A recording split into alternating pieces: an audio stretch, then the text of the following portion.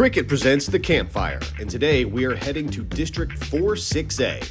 The teams in this district include Trinity, LD Bell, Keller, Keller Central, Timber Creek, Justin Northwest, Eaton, Byron Nelson, and South Lake Carroll. Let's analyze this district in our film session. There are a lot of powerhouses in this district and even some state title contenders. Let's start with the two big dogs from last season's version of 4-6A, Byron Nelson and South Lake Carroll. Byron Nelson was the big winner in the regular season as they went undefeated in district play. However, the Dragons got their revenge in the postseason when they beat the Bobcats by 7 touchdowns. Carroll should be dominant again this year with Riley Wormley and Davis Penn returning in the backfield to form a formidable two-headed monster. The Dragons' offense looks to be hard to tame again. Meanwhile, for Byron Nelson, they will have a solid offensive unit again with athlete Grant Bizjack and wide receiver Ezra Malamura. Trinity is moving from 3-6A to this district, and that will be a juicy addition. They have their usual great running attack with Josh Bell and JT Harris, along with Ethan Wright as an athlete. Justin Northwest moves up from 5A to 6A, and the Texans have a traditionally solid offense as well. Are you sensing a theme here? Points will not be hard to find in 4-6A. Beckham Robinson and his 2,000 yards passing returns behind center for Keller. Eaton has a troublesome receiving corps led by Mason Stubby and Talon Holmes. Speaking of receivers, Timber Creek brings back quite a unit as well, led by Cameron Hunter. LD Bell goes into the fall with some momentum as they finally broke the Trinity curse in the final game of last season. Keller Central will attempt to pick up some wins behind dual threat Landon Smith.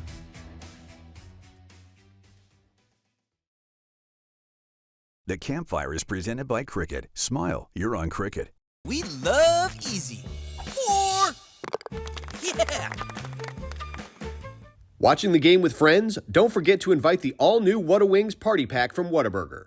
Order online today and get 72 boneless tender bites, a family fry box, and your choice of sauce. The Campfire is brought to you by your Texas Kubota dealers, home of the #1 selling subcompact tractor in Texas. Kubota, together we do more. For an even deeper look at 4-6A, here's producer Ward Fasold and insider Matt Diggs with the district breakdown. District breakdown time. We have moved to 4-6A. That's my guy Diggsy over there. This is the Wizard. We're talking the South Lake District, and they've added some special squads. Why is it not the Trinity District, Ward? That's what I'm saying. Why is it not the Byron Nelson District? They are the defending district champions, Ward. What's wrong with you? Hey, I'm going by your rankings. You had South Lake up there, what, number 3 or 4? He listens to my rankings, Ward. What are you doing? Everybody does. So, one group had a whole podcast talking about your rankings specifically, so I know they listened to it somewhere. But anyway, as you were saying, Trinity's back in there, and something that I overlook because you see Northwest in here so much, but Justin Northwest is pumping back up to 6A.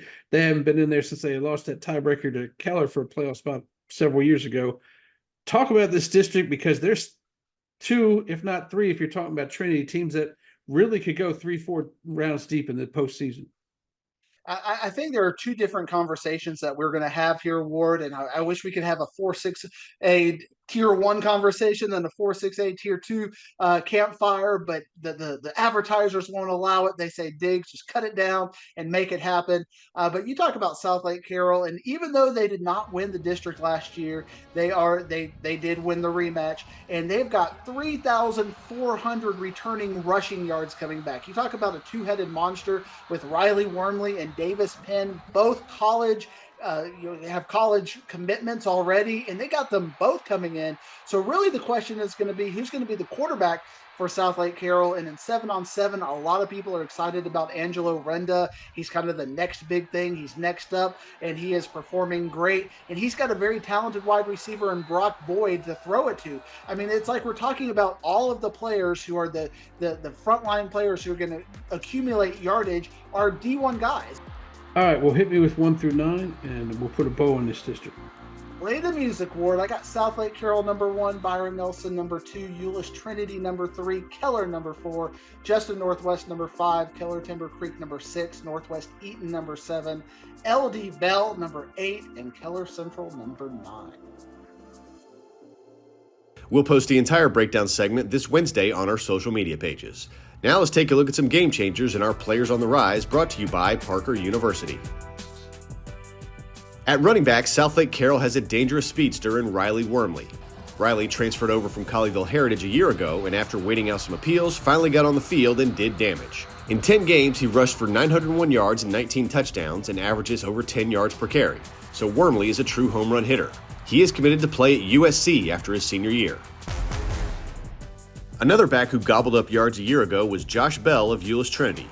As a junior, he almost hit the 2,000-yard plateau as he finished the season with 1,967 yards and 27 touchdowns.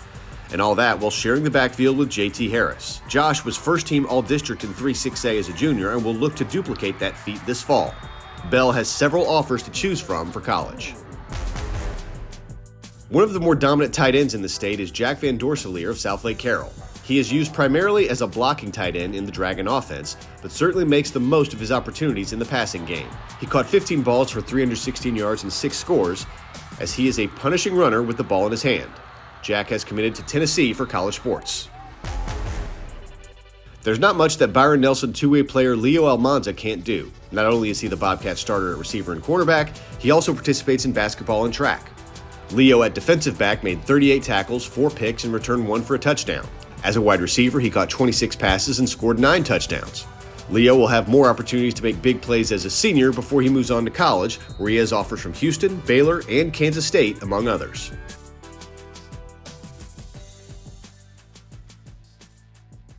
Players on the Rise is brought to you by Parker University. Do you or your student want a career training the world's best athletes? Check out our bachelor's degree in strength and human performance today.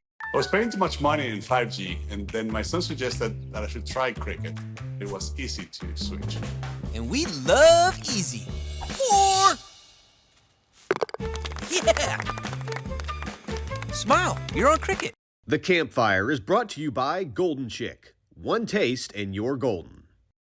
Our Wharf Assault caught up to Trinity head coach Aaron Lineweaver to talk about his Trojans in our Media Day segment. All right, it's Media Day. We have moved on to 4-6A, and I'm joined by Trinity head coach Aaron Lineweaver. Coach, you jumped out of the 3-6A and into 4-6A, and people were excited about that only because of that game from 05-06. They want to see that, whichever year it was when you guys played Southlake Carroll. It's the first time I was in Dallas area, and that was my first game. And I was like, and I came from Buffalo, New York. I said, "You gotta be kidding me! This is what it's like." And everybody talks about that, and they're just so excited about that game. But you know, since you left this district and came back, the Byron Nelson has turned themselves into a power, and you got these Keller teams. Bell is finally shaking that monkey off their back, which I'm sure you don't want me to bring up. You brought up positive stuff to me off the call, but I'm bringing up negative stuff. Talk to me about joining 4-6A and how excited you are with the new competition from the last couple of years. Well, you know, there's no shortage of talent and coaches in this league and really in the DFW area. And as usual, you got the guys up front, the Kyoto brothers. First of all, talk about those big guys. And talk about how they can open up, and you don't have to open up much of a hole for the speed that you got, but how they can kind of open that hole up and get you some big yardage.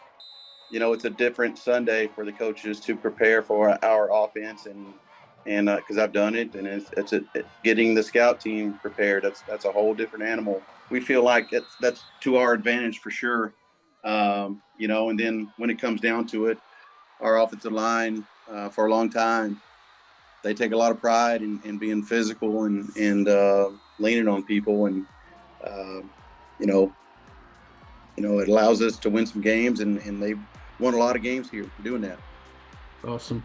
All right, Coach, I appreciate it. We're looking forward to it. I know this is super early, but that's what we do in Texas. We talk about football every day of the week. So I appreciate you joining us, and we'll probably see you week 1. Great, man. You guys do a great job, and I appreciate you supporting high school football, and if you need anything from me, just let me know. But we're excited also, so it's gonna be fun. Thank you, Coach. You can catch the entire interview Friday on our social media channels. That's going to do it for this week's Campfire. Next week, we take a look at 5-6A.